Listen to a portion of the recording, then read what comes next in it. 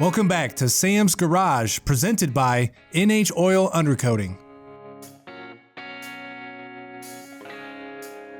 Sam and Doug mock up the rear disc conversion for the Alpha 1 GTO. Originally, the car came with factory drum brakes in the rear. The new disc brakes will hold up to the abuse and heat generated while out on the track.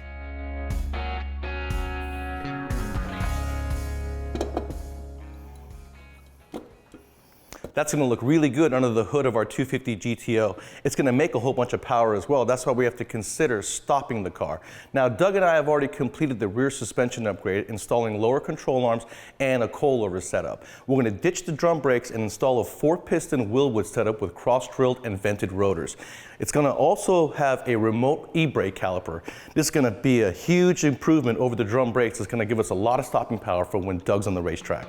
A tech tip here is when you're putting an axle in, make sure you spin it, because if it wobbles, you know it's not going in straight and you're going to have to adjust it.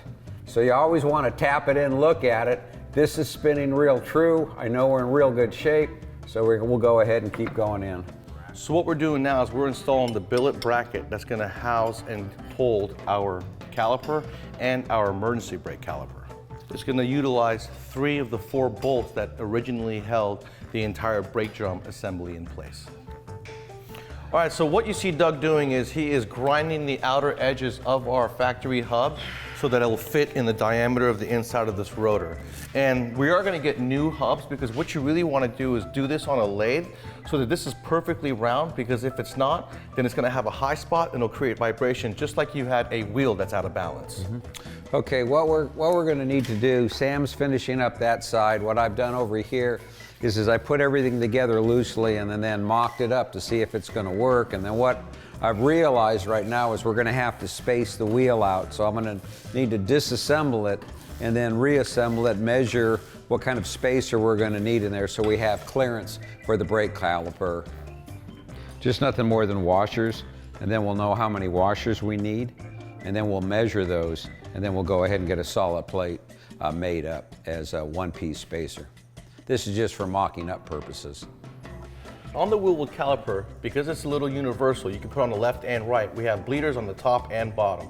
When you're bleeding your system, you ignore the bottom ones. You only bleed from the top, because if you do the bottom, you'll never get the air out and you'll have a spongy pedal. Okay?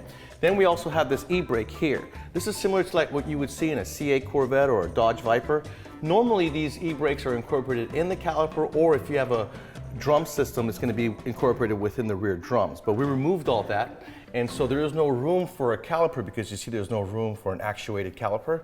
We were able to put this remote caliper on. Beauty is that if you get those bolt-on spacers, they're going to bolt on, they're going to be thick, they're going to come with their own studs, and you're good to go. But if you don't have luxury to that kind of spacer, you can always go to ARP, and they sell long studs for practically any car out there, and just install them when we go ahead and get new stub axles, round them out, make sure they're true, install them. That way everything back here is new and everything is clearance. And when it comes to these two, make sure you shim them right, make sure when you spin the rotor, it actually turns.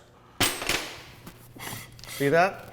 Okay, so there's a little bit of shimming and clearance that you got to do so that you guys don't go down the road and your brakes lock up on you due to friction.